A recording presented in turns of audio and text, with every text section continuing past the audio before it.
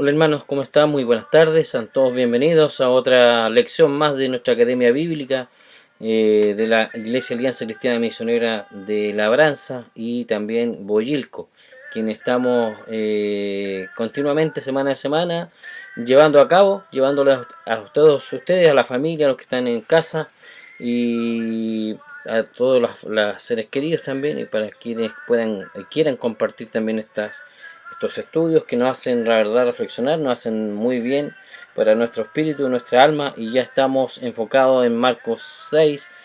La lección ya es la número 8. Marcos 6, la lección número 8. Espero que ustedes también estén, me imagino, con su Biblia en la mano, ¿cierto? Como siempre yo lo digo, podamos estar con la Biblia aprendiendo, escudriñando versículo a versículo. Sean todos bienvenidos, que el Señor les guarde, les bendiga. Y como le digo, un saludo especial, un saludo cordial para cada uno de ustedes como hermanos en Cristo y oyentes también. Que el Señor pueda llegar a sus hogares, a sus vidas principalmente, a su corazón con esta palabra. Que no es uno el que hace algo, sino que es la palabra como hemos estudiado, como el Señor es el sembrador, ¿cierto? Bueno, y la palabra aquí está, dice que es viva y eficaz y está al alcance de todos nosotros para poder también estudiarla y enseñarla. A veces cuesta así un poquito y es necesario estudiarla. Por eso es preciso a veces que lo hagamos y compartamos entre los hermanos, ¿cierto? Podamos en comunidad llevar a cabo estos estudios, que es muy interesante. Bien, vamos a orar para ir rápidamente, hermanos, a nuestro estudio. Bien, Señor, gracias, te agradecemos primeramente a ti por todo esto que tú nos regalas, por todo esto que tú nos das cada día. Tú nos das esta bendición de poder, Señor, llevar a cabo este trabajo, esta labor, este ministerio, Padre amado, y queremos, Señor, que también sea de bendición, sea de provecho y sea, Señor, también un bálsamo para estos tiempos difíciles, para nuestros hermanos, para la iglesia en general, para la hermandad, para los hijos de nuestro Señor. Padre, agradecemos, Señor, que tú nos das este regalo y queremos, Señor, que tú también nos ilumines, nos des sabiduría, entendimiento en todo lo que vamos a aprender.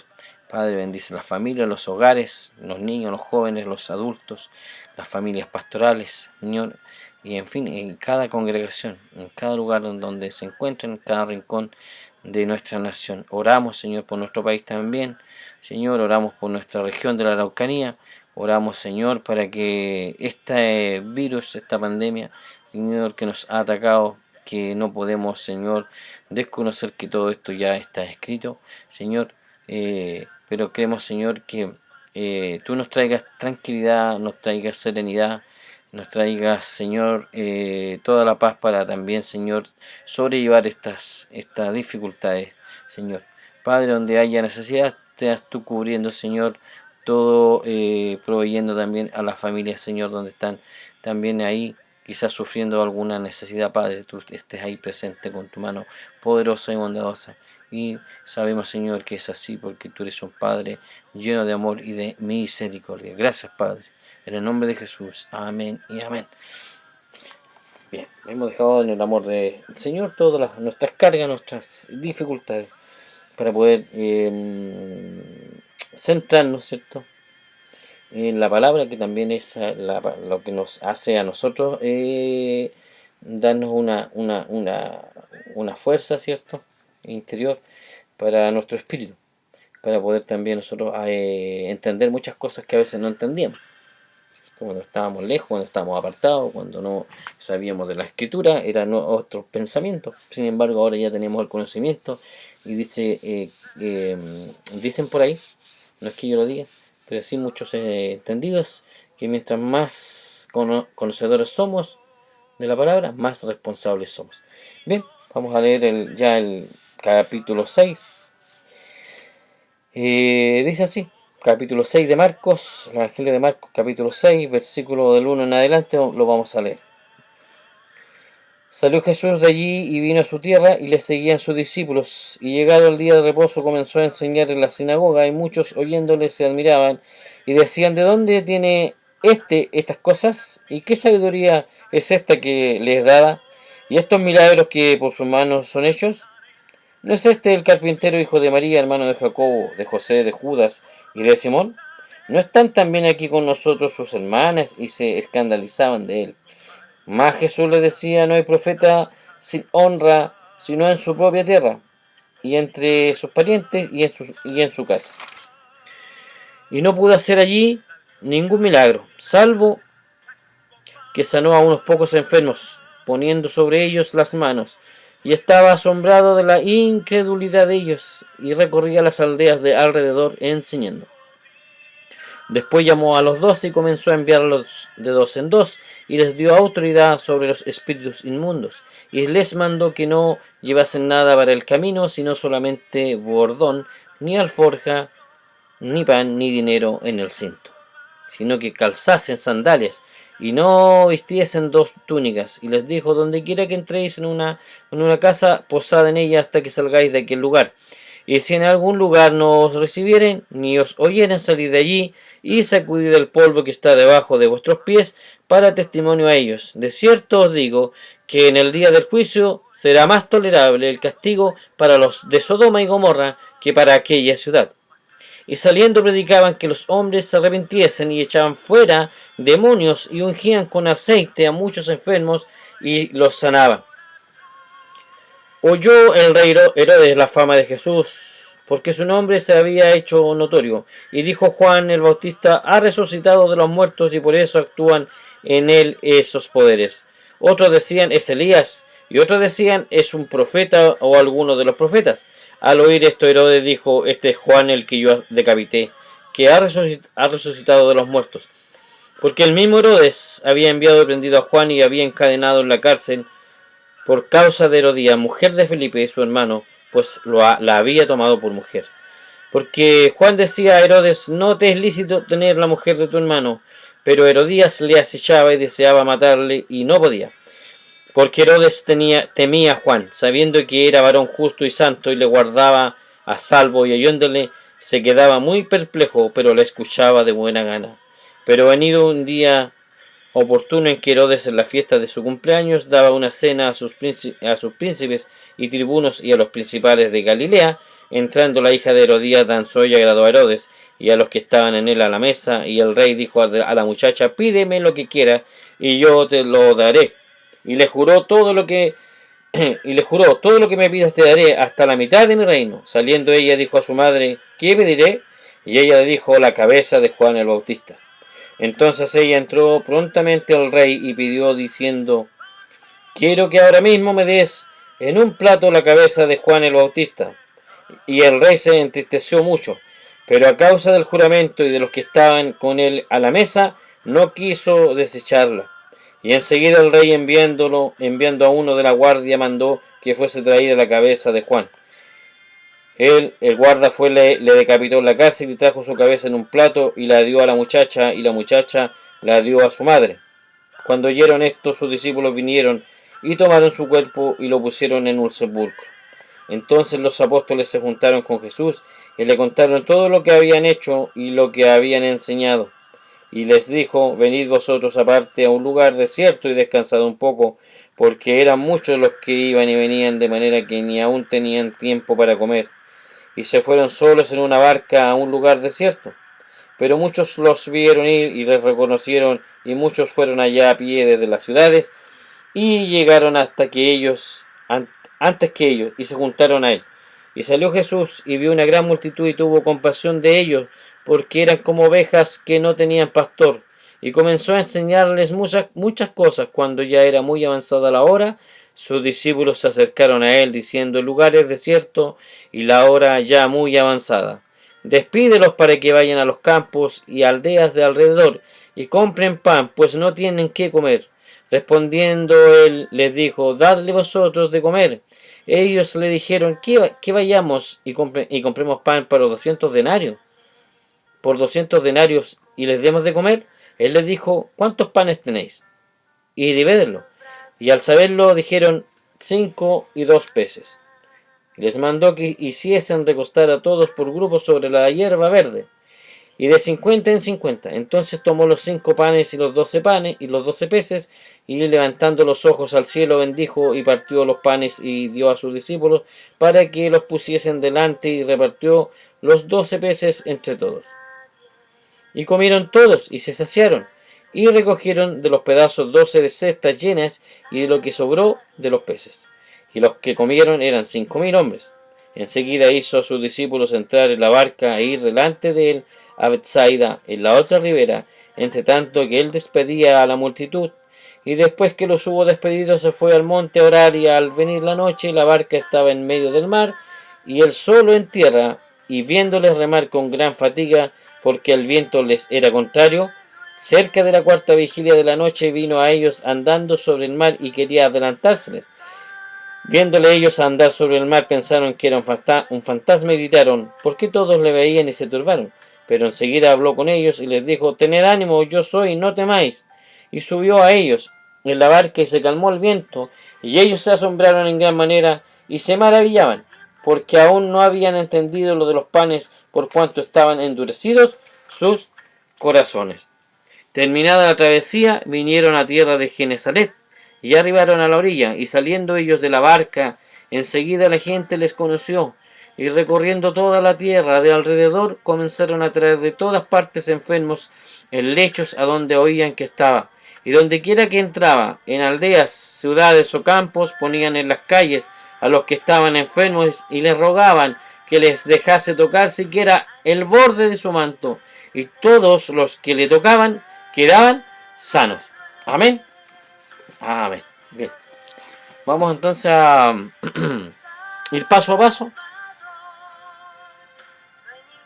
con nuestra lectura. Hemos leído parte de la palabra del Señor, y está específicamente en Marcos capítulo 6. Bueno, nos damos cuenta aquí, el escritor sigue su estilo.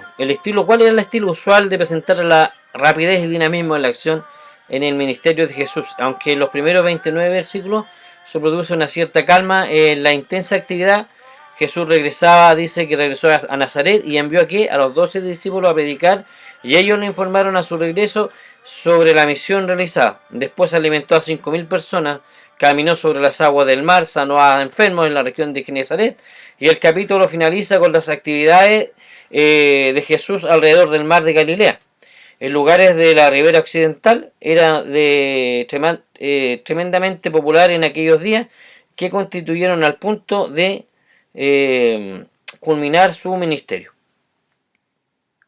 Eso es una introducción, y ahora vamos a ir a los versículos del 1 en adelante, y vamos a partir leyendo del 1 al 3. Sí, dice que él se marchó de allí y llegó a su pueblo, y sus discípulos le siguieron. Cuando llegó el día de reposo, comenzó a enseñar en la sinagoga, y muchos que le escuchaban se asombraban, diciendo, ¿dónde obtuvo tales cosas? ¿Y cuál es esta sabiduría que les ha sido dada? Y estos milagros que hace con sus manos. ¿No es este el carpintero, el hijo de María y el hermano de Jacobo, José, Judas y Simón? Dice, ¿no están sus hermanas aquí con nosotros? Se escandalizaban a causa de él.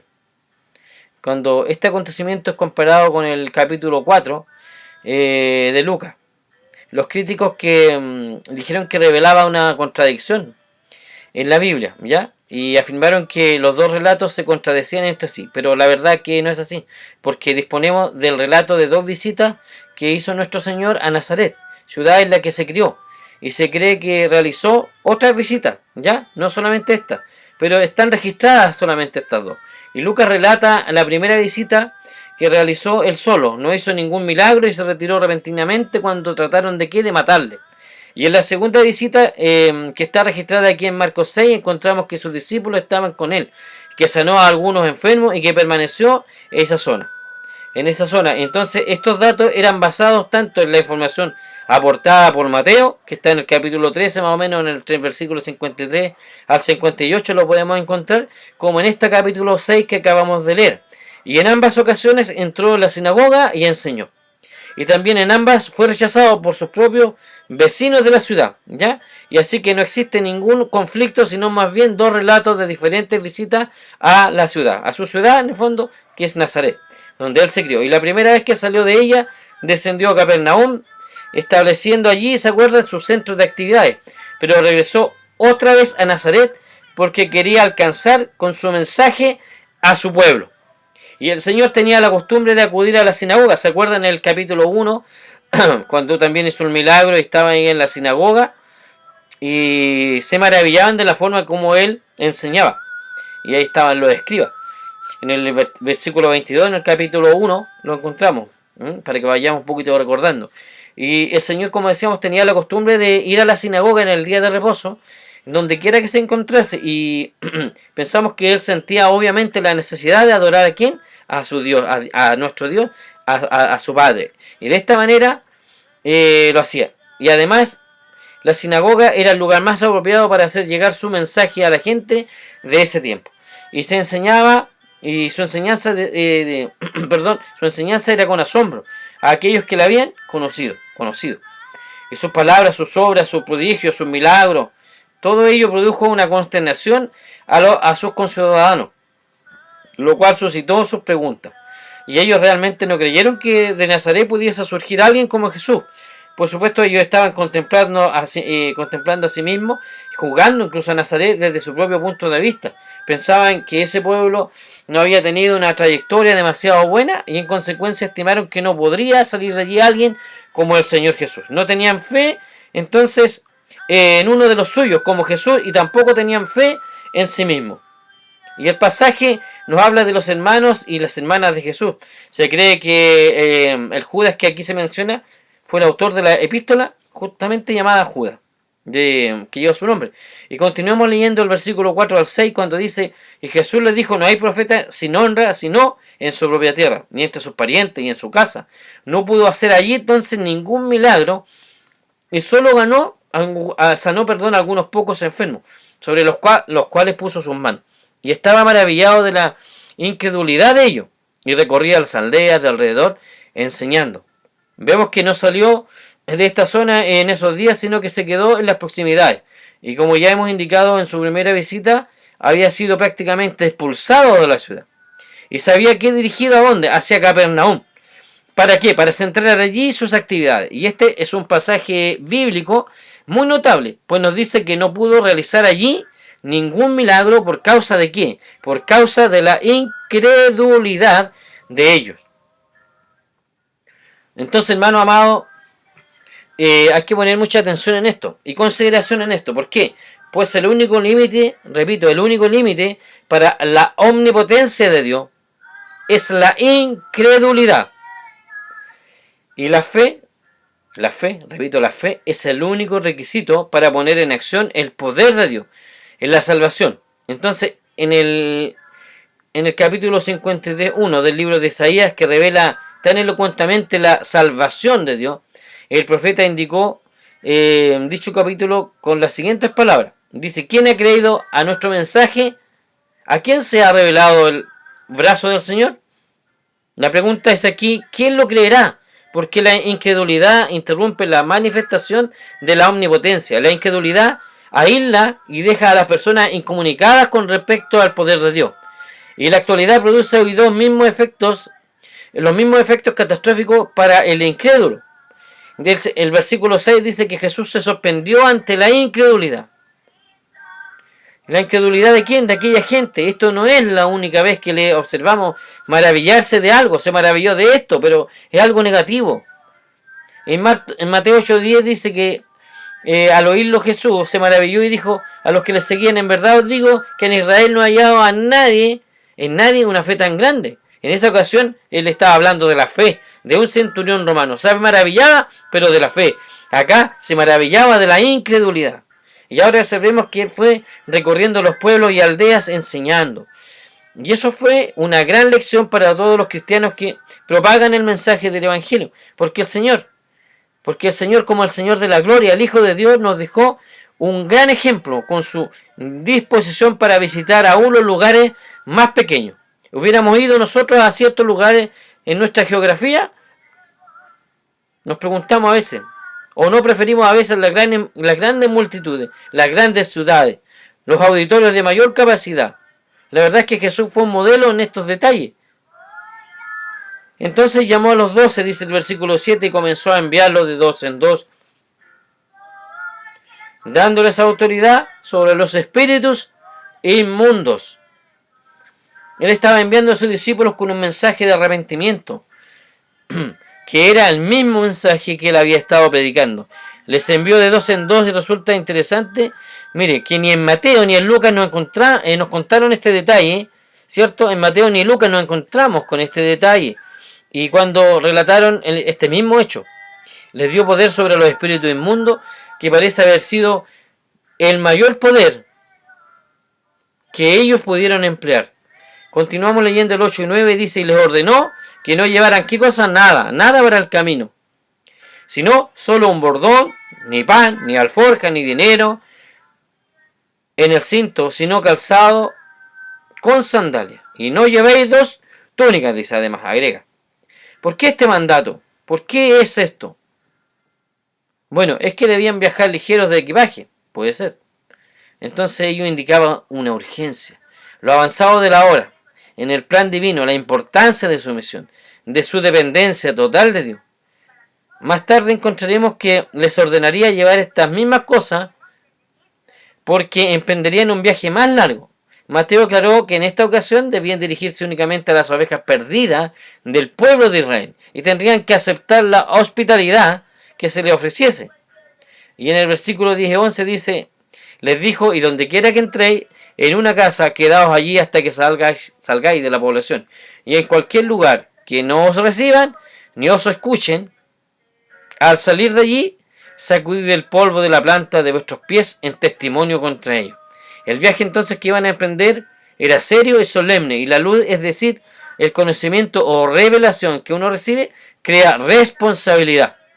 El rechazo de la gracia de Dios daba lugar entonces a su juicio, y el mismo principio es cierto en la actualidad. Leamos sobre su salida los versículos 12 y 13, y saliendo, dice, predicaban que todos se arrepintiesen, y echaban fuera demonios, y ungían con aceite a muchos enfermos, y los sanaban. Predicaron entonces un mensaje de arrepentimiento, y los milagros, autentificaban su mensaje. La misión encomendada estaba limitada para las ovejas perdidas del pueblo de Israel. Esto no es el modelo para hoy. ¿Por qué? Sin embargo, el arrepentimiento es una parte del mensaje del Evangelio. Está implícito en el mandamiento ¿a qué cosa? A creer. El registro de este hecho es más extenso en el Evangelio de Mateo, y la fama de Jesús se había difundido por toda la región, no solo la gente común del pueblo, pero incluso Herodes, ¿se acuerdan? En el trono había oído acerca de Jesús. Ahora sí encontramos una reacción extraña por parte del rey Herodes. El asesinato de Juan el Bautista, precursor de Jesús, había tenido lugar algún tiempo antes. Se cree que es registrado aquí para explicar la reacción rara y supersticiosa de Herodes. Dice que el rey Herodes se enteró de esto y pues el nombre de Jesús, se había hecho célebre. Y la gente decía, Juan el Bautista resucitado de entre los muertos. Por eso es que estos pobres milagrosos actúan en él. Pero esto otros decían, es Elías, y decían otros, es un profeta como uno de los profetas antiguos. Podemos comprobar entonces que aquel hombre Herodes era muy supersticioso. Pero había una actitud muy extendida de reacciones contradictorias entre el pueblo acerca del Señor Jesús. En cuanto a quién era Él, por cierto, existe la misma reacción en los tiempos actuales. Nos encontramos con que personas diferentes sostienen diversos puntos de vista y diferentes explicaciones sobre la persona y la presencia y el poder del Señor Jesús. Volviendo, por ejemplo, a nuestro pasaje, ante la confusión reinante, Herodes claramente sentía miedo. Lo dice el versículo 16 al 18, dice que al oír esto Herodes decía, Juan, a quien yo decapité, ha resucitado. Porque Herodes mismo había enviado a prender a Juan y lo había encadenado en la cárcel por causa de Herodías, mujer de su hermano Felipe, pues Herodes se había casado con ella. Porque Juan le decía a Herodes, no es lícito tener la mujer de tu hermano. Lo confrontaba. Como dijimos anteriormente, el asesinato de Juan había tenido un lugar en un momento anterior a este durante el ministerio de Jesús. Y observemos que Juan había denunciado valientemente el pecado en las altas esferas del gobierno. Denunció a Herodes. ¿Por qué? Por unirse a Herodías y la mujer de su hermano.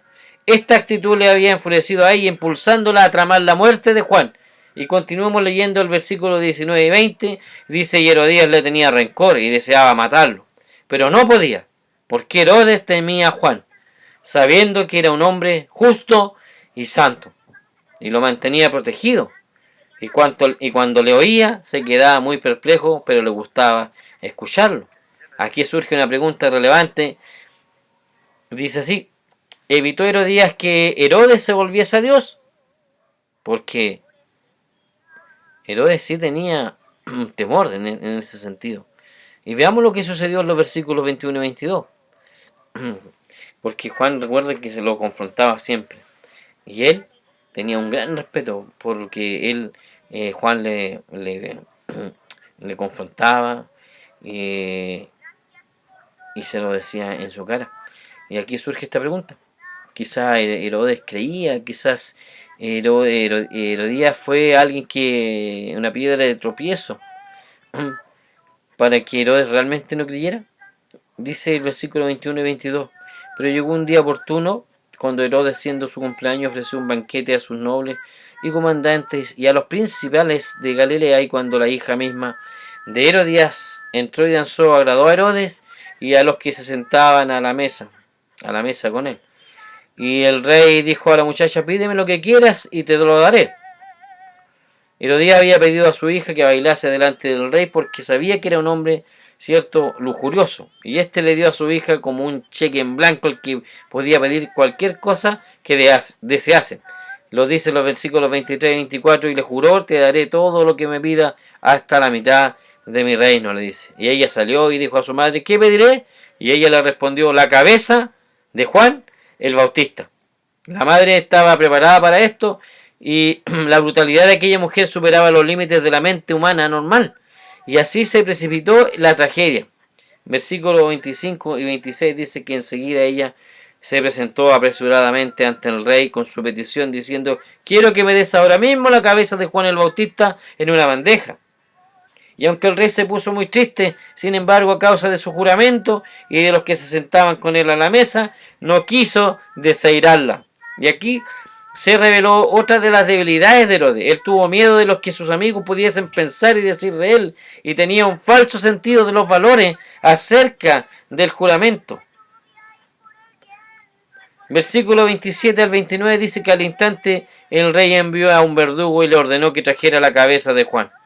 Y él fue y lo decapitó en la cárcel y trajo en su cabeza en una bandeja y se la dio a la muchacha, y la muchacha se la dio a su madre. Cuando sus discípulos oyeron esto, fueron y se llevaron el cuerpo y le dieron sepultura. Este sí fue un asesinato a sangre fría. Los discípulos de Juan tomaron el cuerpo decapitado de Juan y con ternura lo sepultaron.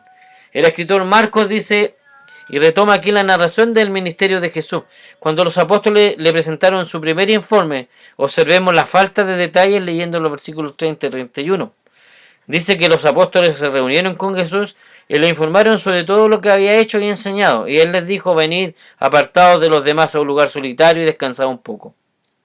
Porque había muchos que iban y venían y ellos no tenían tiempo ni siquiera para comer. Para nosotros entonces resulta difícil comprender cuán realmente ocupado estaba el Señor Jesús y cuán grandes eran las peticiones de la multitud.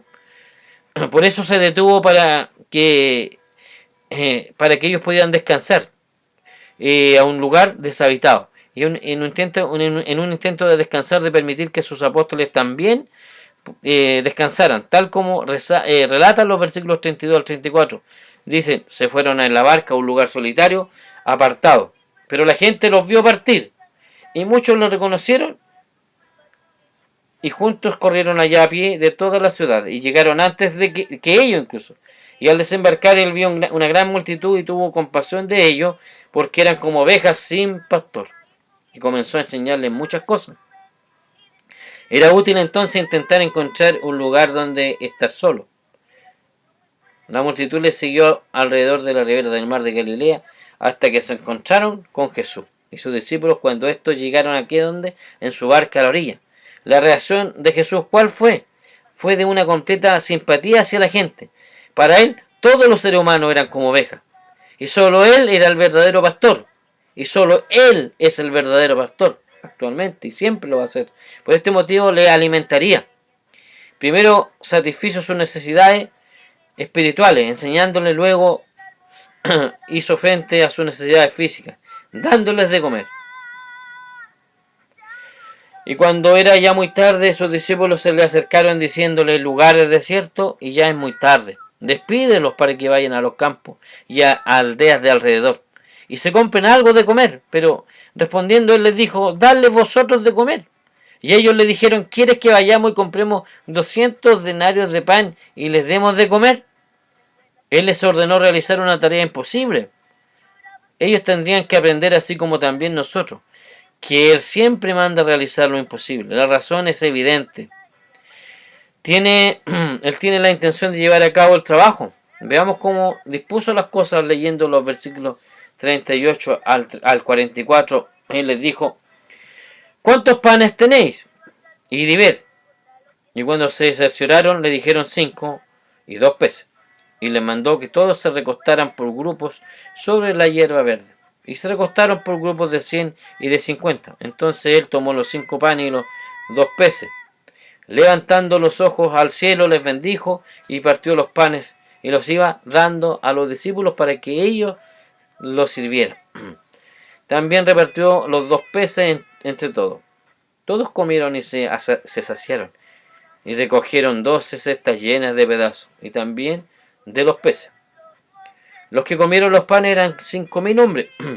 Este sí fue un milagro. El Creador, que en el principio creó el pez e hizo que el grano se multiplicase de los campos, ahora y por su mandato creó los alimentos para la multitud. Esta debió ser la primera vez en la vida en que muchas personas de aquella multitud quedaron satisfechas. El grupo se puso nuevamente en movimiento. Y el versículo 45 dice: enseguida hizo que sus discípulos subieran a la barca y fueran delante de él al otro lado a Bethsaida, mientras él despedía a la multitud. Hay un sentido de urgencia en las dos palabras, enseguida e hizo. La explicación se encuentra en el pasaje paralelo del Evangelio de Juan 6:15. Dice que donde se aclaraba que Jesús percibió que la multitud intentaría hacerle rey a la fuerza. Entonces leamos los versículos 46 al 52 en que cambia esta escena. Y después de despedirse de ellos se fue al monte a orar. Al anochecer la barca estaba ya en medio del mar y él estaba solo en tierra, y al verlos remar fatigados porque el viento les era contrario, como a la cuarta vigilia de la noche, fue hacia ellos andando sobre el mar y quería pasarles de largo, pero cuando ellos le vieron andando sobre el mar pensaron que era un fantasma y se pusieron a gritar porque todos le vieron y se turbaron. Pero enseguida, ¿qué dice? Él habló con ellos y les dijo: tened ánimo, soy yo, no temáis. Y subió con ellos a la barca y el viento se calmó. Y ellos estaban asombrados en gran manera porque no habían entendido lo de los panes, sino que su mente estaba embotada. Es decir, su mente estaba entorpecida. Y observamos aquí que no se nos dice nada sobre Simón Pedro viniendo hacia Jesús, caminando sobre las aguas. Después de todo, en el plano humano, Marcos consiguió su información de Simón Pedro, y Pedro quizás dice que simplemente dejó fuera su participación en aquel acontecimiento, pero sí Mateo nos proporcionó esos detalles. En el versículo 48, donde dice: y al verle remar fatigados, aquellos hombres estaban en la barca esa noche, mezclando sudor con las olas que invadían el interior de la pequeña embarcación. Estaban aplicando toda su fuerza sobre los remos y verdaderamente pensaron que se hundían. Pero él les vio remar fatigados. Quizá hoy también te encuentras en la misma situación. Puede que estés quizás viviendo ahora en un momento difícil. Puede que te hayas sentado y solo en un oscuro rincón. Es probable. Puede que te estés enfrentando quizás a lo mejor a la tentación, a problemas que son demasiado grandes para soportarlos. Puede que quizás te encuentres a ti mismo fuera en un mar impetuoso y te sientas que tu pequeña barca está a punto de naufragar. Es probable que estés en esta misma situación. Ahí en un mar impetuoso, quizás estamos ahí en esos problemas que quizás no lo podamos soportar, que creemos que son imposibles. Quizás estamos ahí en la misma situación. Puede que estemos viviendo este mismo momento difícil. Pero si es así, tenemos buenas noticias. Las buenas noticias, las buenas nuevas. Para ti, amigo, para ti, hermano, para ti, oyente, tenemos estas buenas noticias. Recuerda la frase que dice que al verlos remar fatigados, Él también te ve a ti. Conoce tu problema. Conoce mi problema. No necesitas enviarle una señal luminosa para que Él te ubique o te localice. Él lo sabe todo. Si pudieras hoy mismo entregarle tu camino a Él de una manera definitiva, es algo que muchos de nosotros necesitamos hacer en estos tiempos de oscuridad. Simplemente confiarle nuestro camino a Él.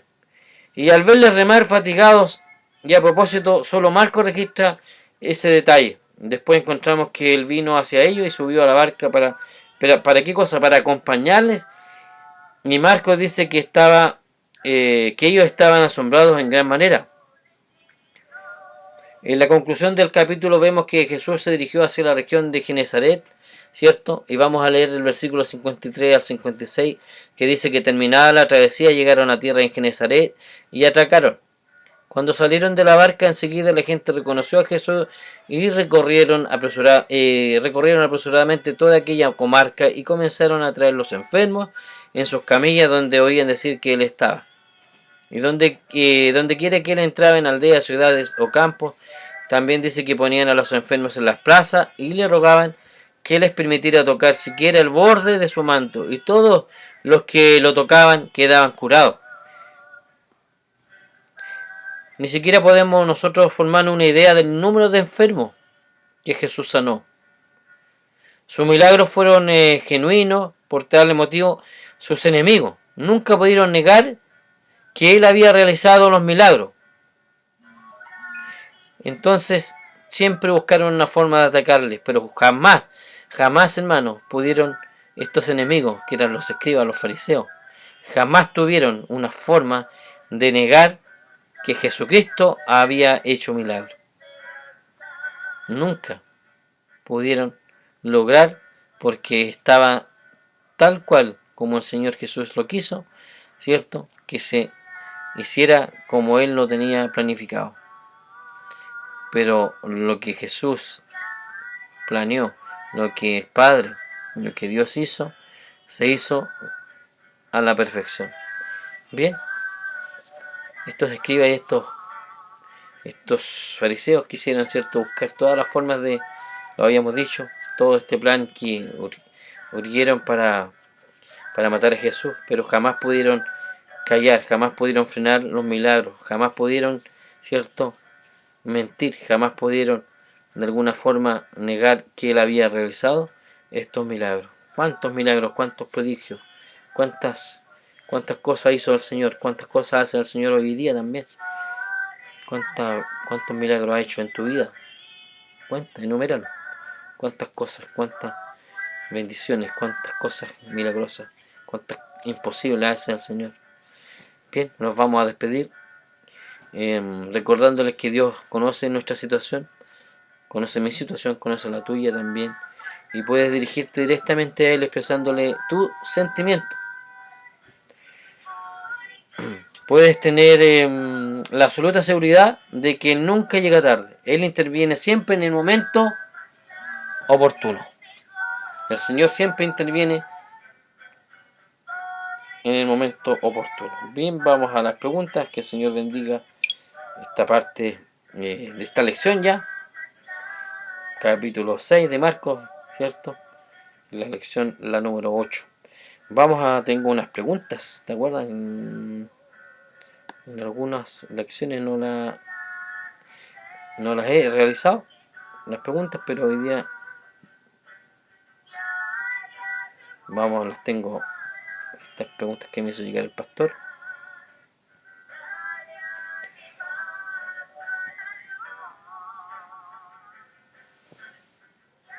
Vamos a ver, no sé, aquí está. Estamos buscando.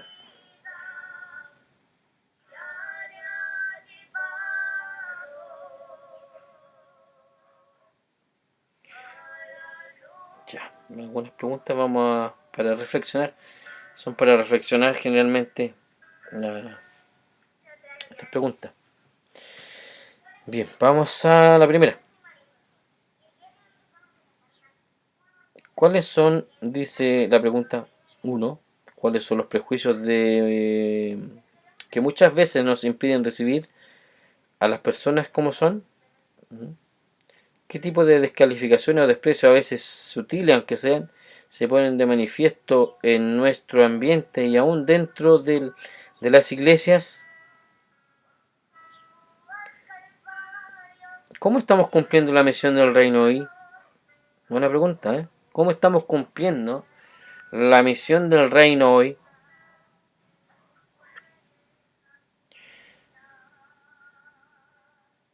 ¿De qué formas podría adquirir hoy, de qué formas podría adquirir hoy la señal de sacudir el polvo de tus pies? Buena pregunta también. ¿Cómo se puede lograr un equilibrio en el cumplimiento de la misión sin dejar entrar ni descuidar ningún aspecto de ella?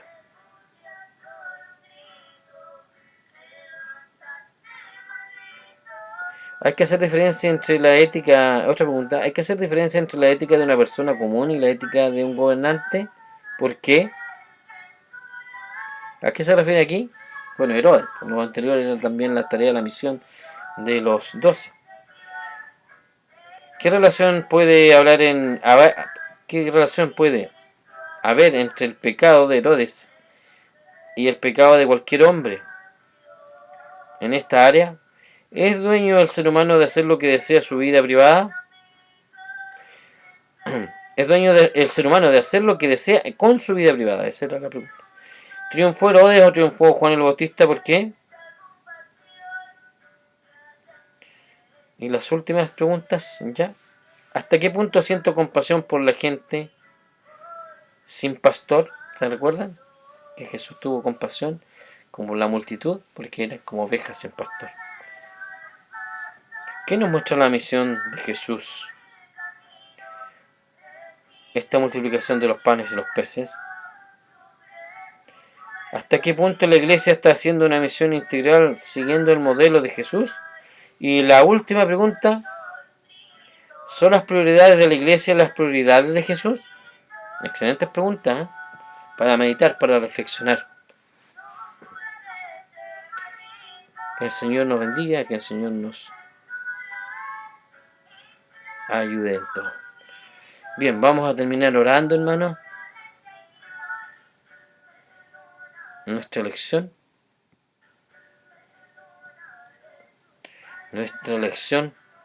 ya terminada, pero que el Señor pueda hablar y a través de ella. Oremos. Bueno, Padre bueno, gracias Señor te damos por el tiempo, como te decíamos siempre al principio, yo siempre te lo reitero, el tiempo que tú nos das, el tiempo que tú nos regalas, Señor, es una bendición, es algo especial. Señor, no nada es nuestro, todo te pertenece, Señor. Incluso, Padre, cuando te robamos el tiempo. Decimos que no te robamos, Señor. Pero somos mentirosos porque te robamos el tiempo. El tiempo es tuyo, Padre, tú nos regalas. Ayúdanos, Señor, a poder también, dice que estos tiempos que son malos y que administremos también el tiempo, dice tu palabra. Tú nos enseñas tantas cosas a través de ella. Ayúdanos, Señor, a no ser oídos sordos. Tu palabra decía que hemos estudiado, al que tiene oídos oigan. Padre, bueno, tantas cosas que tú nos enseñas, Señor, pero a veces las olvidamos tan fácil. Padre, permite que estén siempre llegando a nuestra mente, a nuestro corazón, y que ahí queden, Señor, queden guardadas, Señor, que no se nos olvide, que guardemos tantas cosas, Señor, partes y tanta enseñanza tuya, Señor, a través de tu palabra. Padre, ahí lo tenemos todo. Tú nos hablas hoy día por medio de tu palabra. Gracias, glorioso Dios. Gracias, Padre. Queremos que esto ahí estés cada día ayudándonos, guiándonos, enseñándonos. Y espero también, Señor, poder reunirnos pronto, Señor, con nuestros hermanos.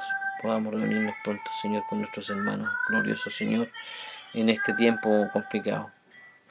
Podamos también, Señor, salir victoriosos como siempre hemos salido. Padre, tú eres un Padre lleno de victoria, lleno de gloria. Haz que tu gloria, Señor, permanezca en nosotros. Padre divino. Gracias, Señor. Padre, bendice, Señor, a nuestras familias, bendice a nuestros seres amados, bendice, Señor, y guarda a todos los que, Señor, pertenecemos también al cuerpo de Cristo. Gracias, en el nombre de Cristo Jesús, tu Hijo amado. Amén y amén. Bien, hermanos, ya hemos estado llegando al término, al final de nuestro estudio ya. Hemos avanzado rápidamente. Después nos está quedando Marcos 7. Y ya sería la lección 9. Que el Señor esté con ustedes durante toda esta semana. Y saludos como siempre les doy a nuestros hermanos de Boyilco, de Labranza, y todos los hermanos también que puedan recibir este estudio, este evangelio que nos quiere transmitir el Señor. No se olvide nunca, no es la persona, es el Señor. El Señor es quien trae las buenas nuevas, ¿cierto? Y la tarea nuestra es predicar, cumplir la tarea, cumplir la misión. El Señor no le dice que lo haga de una forma, lo haga de otra. No le dice que usted sea una persona que tiene que ir prácticamente a la universidad para poder hacerlo. No. Preparó, buscó, llamó a sus discípulos, ¿cierto? Dicen los estudios que ellos no eran letrados. Sin embargo, el Señor los preparó. ¿Quién lo prepara? Cuando uno queda a disposición del Señor, el mismo Señor. Bueno, eso significa estar siempre dispuesto. Señor les guarde y les bendiga y nos vemos hasta la próxima semana, si Dios así lo permite, si Dios así lo quiere. Y no lo sabemos si vamos a hacer presencial o mediante esta plataforma de YouTube. Saludamos al pastor Luis, a nuestro hermano Gerardo. También al despedirnos nos recordamos de nuestro hermano Luis Palma, ¿cierto? Y su esposa Sandra, que siempre han estado con nosotros apoyándonos también y preparando estudios. Que el Señor los guarde, los bendiga y nos vemos hasta una próxima oportunidad.